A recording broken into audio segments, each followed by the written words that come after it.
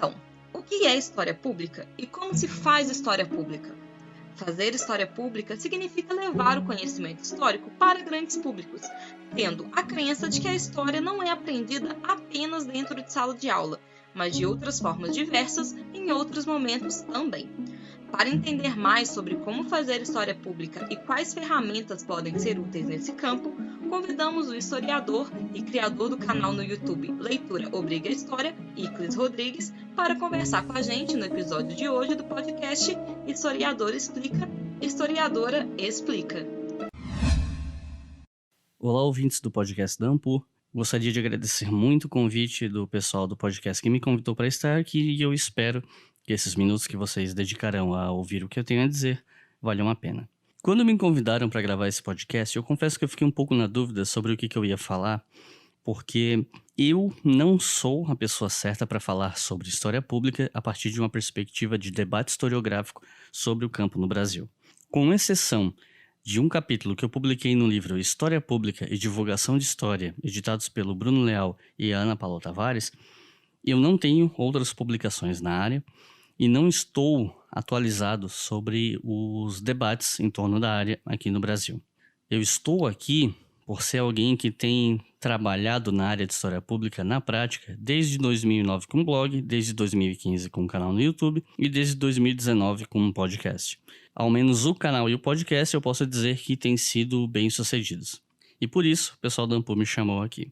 Portanto, o que eu vou falar aqui hoje parte de uma perspectiva mais prática de alguém que foi tentando na base de tentativa e erro e que, sendo bastante honesto com vocês, só foi ouvir o termo história pública em meados de 2016 ou 2017, depois que já estava fazendo isso há um bom tempo. Vamos falar da parte prática da coisa, ou ao menos uma parte prática da coisa, porque existem muitas maneiras com as quais você pode fazer história pública que não se limitam a fazer o que eu faço. Eu faço apenas uma ou duas das coisas que podem ser feitas para divulgação de história para grandes públicos. Logo, minha experiência é limitada, porém acho que eu tenho com o que contribuir. Sempre que me convidam para fazer falas em universidades, eu sempre digo que, em 2019, eu comecei a ver uma profusão de projetos ou de, ao menos, interesse em projetos para se começar a divulgar o que é produzido nos departamentos de história ao redor do Brasil. O que não quer dizer que não existissem projetos de história pública antes, né? Vamos lembrar aí dos museus. Os museólogos vão nos matar se a gente começar a achar que está fazendo história pública só agora, né? Os museólogos já estão aí fazendo há muito tempo. Mas enfim, apesar de existirem muitos projetos anteriores, não me parece correto dizer que havia um grande interesse geral nas universidades do país de encampar projetos sólidos de divulgação em história, com exceção daqueles projetos que normalmente ficam apenas entre os pares. E nessas falas de universidades eu sempre digo, eu acho muito legal que tanta gente assim esteja querendo produzir história pública. Uma pena que isso demorou tanto e a gente precisou estar com a água batendo no pescoço para começar a se mexer desse jeito. Por que eu digo isso? Porque claramente um dos principais motivos para esse empenho súbito de tanta gente ao mesmo tempo é por conta da situação política na qual nos encontramos, com um governo federal que ataca a educação, com um Ministério da Educação que ataca a educação e onde, para variar, as ciências humanas são sempre o elo mais fraco da corrente. Então, por um lado, é um pouco desanimador que nossos empregos tenham precisado ser ameaçados para que muitos de nós começassem a levar isso a sério. Mas, por outro lado, ótimo que as coisas estão acontecendo e eu espero que elas continuem acontecendo, inclusive quando essa maré de notícias ruins passar. E é nisso que eu quero focar nessa produção futuro. A primeira coisa que eu gostaria de falar é que eu, pessoalmente, isso não é um conceito que eu li em lugar nenhum, nem é um conceito que eu escrevi sobre, é simplesmente uma coisa que eu formulei aqui na minha cabeça. Eu costumo dividir a divulgação de história em duas categorias. A divulgação histórica passiva e a divulgação histórica ativa.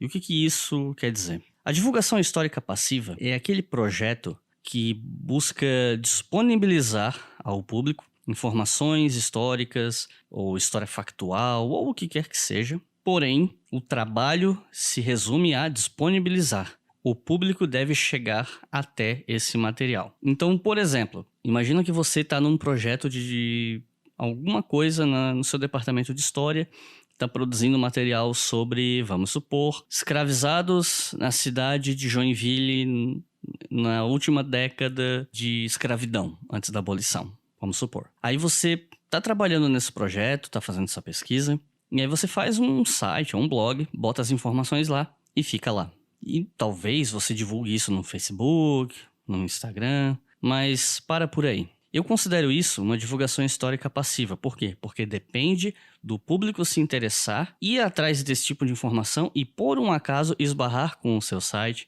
ou com o seu post na rede social. A gente tem essa concepção de que postar nas redes sociais é divulgar. Eu não necessariamente concordo 100% com essa frase. Por quê? Porque quando a gente faz um post na internet, em alguma rede social, nós estamos disputando pela atenção do público. O público que está na internet recebe informação o dia inteiro de todos os lados, em 1, 2, 3, 4 redes sociais ou mais. E recebe muitas informações diferentes de pessoas diferentes. E no meio dessas informações você encontra de tudo, desde entretenimento, a conteúdo educacional, a notícias falsas, a coisas polêmicas. Portanto, você precisa disputar a atenção com esse público. E como é que você faz isso? Você faz isso oferecendo algo ao público. Aí você pensa, bom, se eu tenho um projeto, se eu fiz um site, a gente fez uma postagem no site e divulgou na rede social, eu estou oferecendo algo ao público, certo? Mais ou menos. O público precisa ser convencido de que o que você está oferecendo vale a pena ser lido, assistido ou ouvido. Caso contrário, o que você está fazendo é pedir para que o público entre no site, pedir que o público dê uma curtida no seu post. Você não está oferecendo, você está pedindo um favor ao público.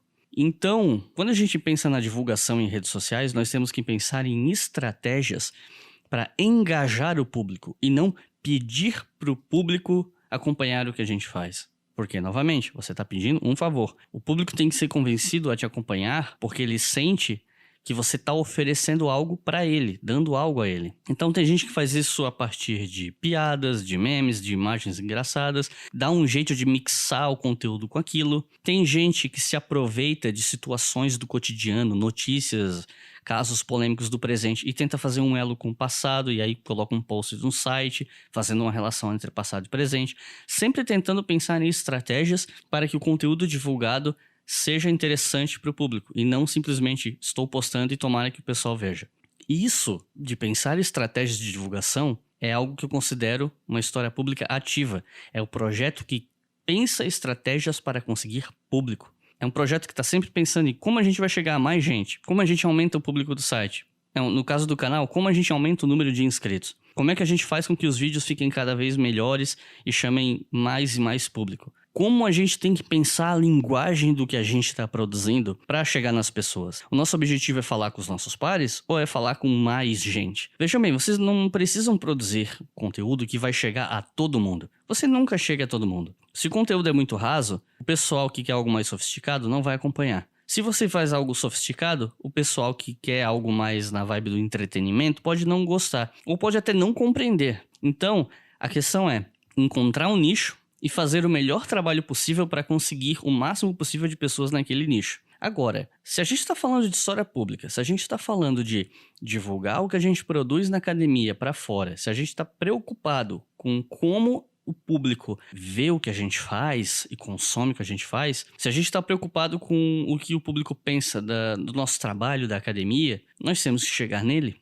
Então, eu penso que fazer algo muito de nicho, muito específico, não é algo inútil, não quero que me entendam dessa forma, mas se você quer chegar num público mais amplo, é necessário pensar em estratégias para que o conteúdo não seja muito nichado, muito específico. Uma outra coisa que acontece também, embora eu admita que eu não costumo ver isso na história, mas eu vejo isso nas ciências, em outras áreas principalmente, que é algum acadêmico ou até um grupo de acadêmicos se reúne, começa a produzir um conteúdo sobre a sua área, tenta fazer isso de uma maneira mais bem-humorada, divertida, não necessariamente vexatória, mas que dê um ar de entretenimento para aquilo, para que faça o público chegar, se não pelo conteúdo, mas pelo entretenimento, e consequentemente essa pessoa consome conteúdo.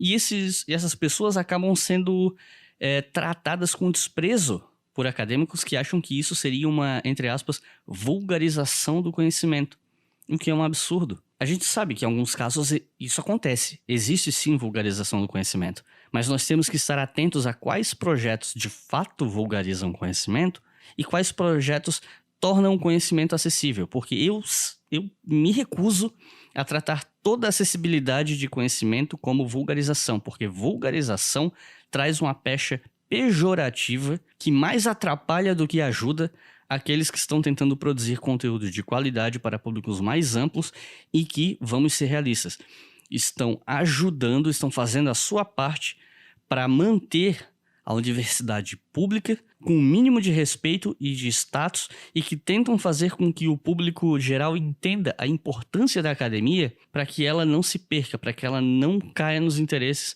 da iniciativa privada e, por tabela, ajudam a preservar o emprego desses mesmos professores que acusam essas pessoas de vulgarização do conhecimento. Então, essa não é a hora de a gente ficar acanhado com a divulgação histórica. Não é a hora de desprezar os trabalhos que tentam fazer isso. A hora é de se engajar nesse tipo de coisa. É a hora de chegar para o pessoal da sua universidade que está tentando produzir material de divulgação e pensar em estratégias para chegar num público mais amplo.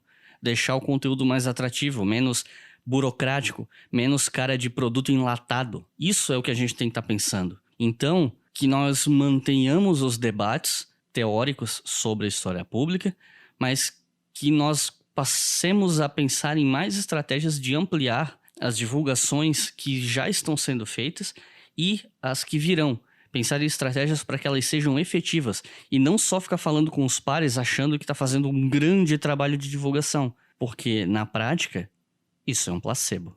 Então é isso. Se vocês quiserem acompanhar outras produções minhas, eu recomendo o canal Leitura Obriga História no YouTube, o podcast História FM, que vocês encontram em várias plataformas. Tem o podcast História Noturna também, que também é apresentado por mim. O História FM é de entrevistas, o História Noturna não. E nós temos novos podcasts a caminho de outras áreas de história apresentados por outros historiadores. Espero que vocês gostem. Muito obrigado pela sua atenção e até quem sabe. Esse episódio foi produzido pela AMPU Brasil, a Associação Nacional de História. A locução é de Jussara Souza, graduanda em História pela UFOP, e a edição é de Mariana Vilar, graduanda em História pela UFOP. Até o próximo episódio do podcast Historiador Explica, Historiadora Explica.